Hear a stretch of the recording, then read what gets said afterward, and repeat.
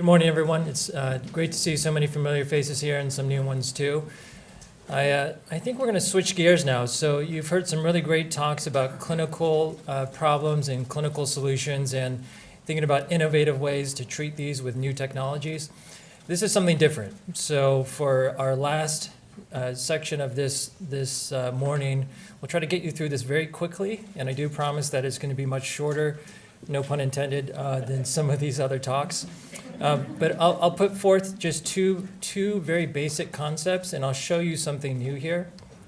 So what are patient-reported outcomes, or PROs?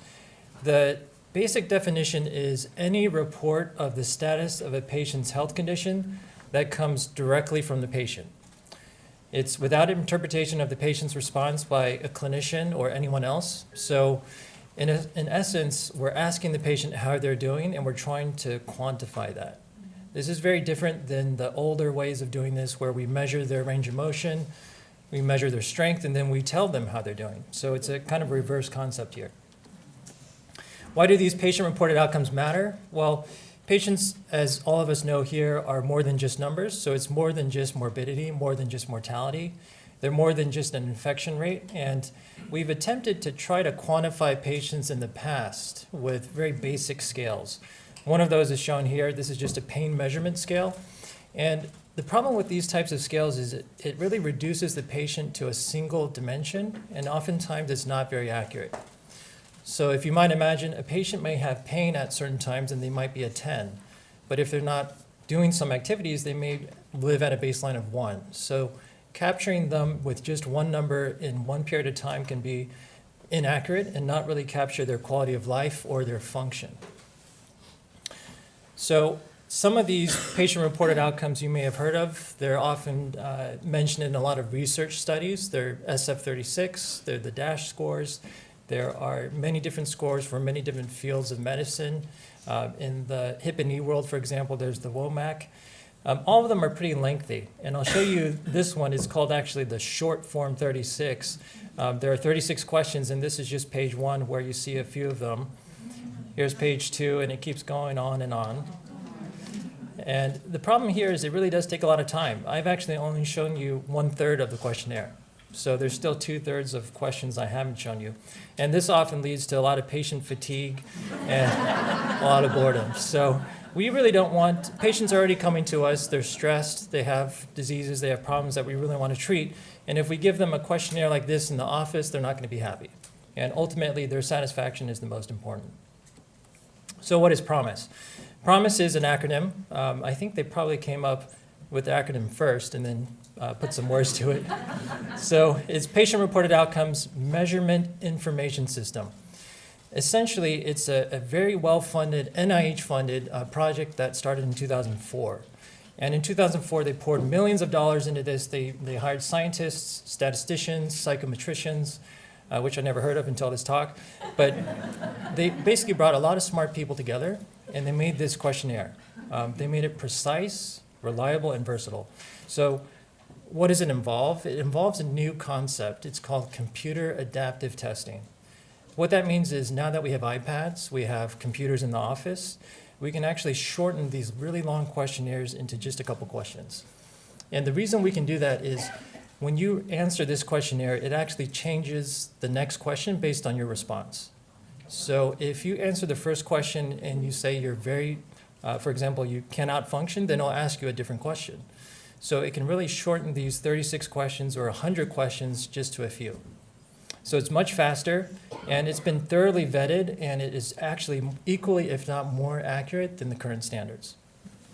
So many people are using this.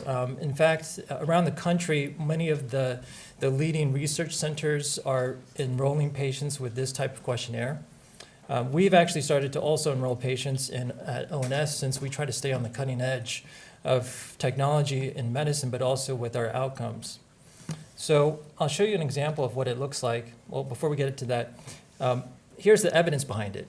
So just as recently as July, and I'll show you even more recent, many new articles are coming out supporting the use of these outcomes.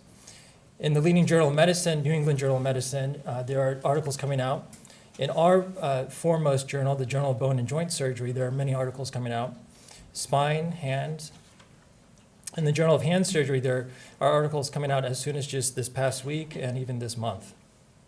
So there's a building amount of evidence that really supports the use of these, and it's a really different way to approach this problem.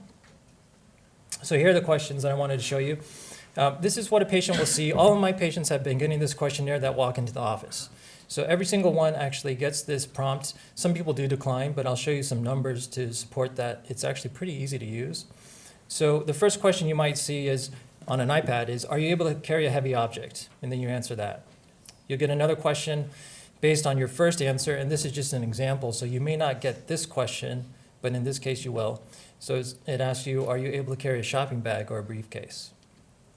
And the next one is, can you put on or take off a coat or jacket? And the last one is, are you able to pour liquid from a bottle into a glass? So these are very easy to understand, very direct questions about function and not really about other types of difficult questions. And that's it. So you have 4 questions, and that captures in a very methodical and very reliable way the function of a patient. What kind of score do you get out of this? So there are many different types of PROMIS questionnaires. You can actually have some that are not just for orthopedics. You can have some for psychiatry, neurology, all different fields of medicine. The ones that are probably most applicable for us are physical function, there's pain, and upper extremity. So these questionnaires are actually generated from a question bank. So a physical function questionnaire comes from a 165-item question bank, and it asks the patient ultimately only 3 or 4, maybe 5 questions.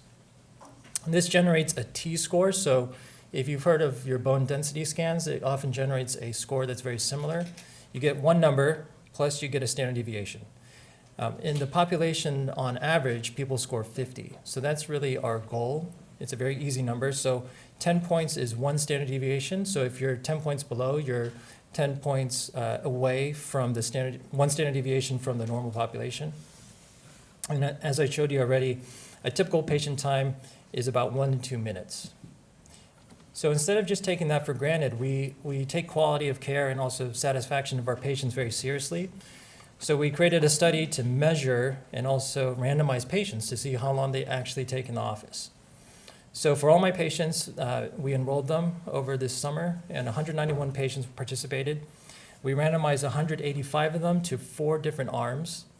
One was no forms, one was just our original ONS forms, and the third arm was PROMIS only forms, and finally the last arm was all forms together. So you can see here the times of each of these forms. If you came in and you did some of these forms at home, you would sit in the waiting room for about 5 minutes and 20 seconds before going into the exam room. If you had to fill out our ONS forms, which includes review of systems, your chief complaint, what problem you're presenting for, it usually takes about 9 minutes and 22 seconds until you complete that. The third arm, which was PROMIS only, we measured actually was 1 minute and 31 seconds. So if you imagine, it's a very quick questionnaire, and in fact, if you were to take both the ONS and the PROMIS questionnaires, it shortens to maybe about 1 minute and 20 seconds. So overall, very quick times, and I think something that really does not impact the patient satisfaction that we're really trying to aim for in the office. I'll show you 2 quick examples. This first one is a 13-year-old girl who had a football injury, and she came in with a score of 27.8. So one way that this can really help us is when I see this number in the office, this means to me she's 2 standard deviations below normal. So 50, if you remember, is normal. So she's less than 30. So she's severely impacted in terms of her function. At 3-week follow-up, she comes in with a score of 61. So right away I can know, even before she walks into the room, that she's doing well. Here's another patient, 42-year-old man. He had an unusual fall from ground height and an unusual fracture. He had a wrist fracture that's intra-articular, so it's hard for us to see even on an x-ray, but on the CAT scan, it's pretty severely impacted. He came in with a score of 33.4, so right off the bat, I know his function is very poor. On surgery, after 10 days after surgery, his score was still pretty low, 33.8. And after his surgery, at 3-week follow-up, his score came up to almost average, so 48.5. So we have real scores, hard data supporting that he's actually doing better in terms of his function. So in summary, patient-reported outcomes really truly help us with understanding patients. It quantifies how they're doing, and it really gets at their quality of life. So it's not just a number like pain that is so simplified. And I think PROMIS in general does really help us take care of our patients better. It also helps us measure our outcomes. And I think ultimately it will help prove to patients and also insurance companies that we're truly making our patients better and faster. Thank you.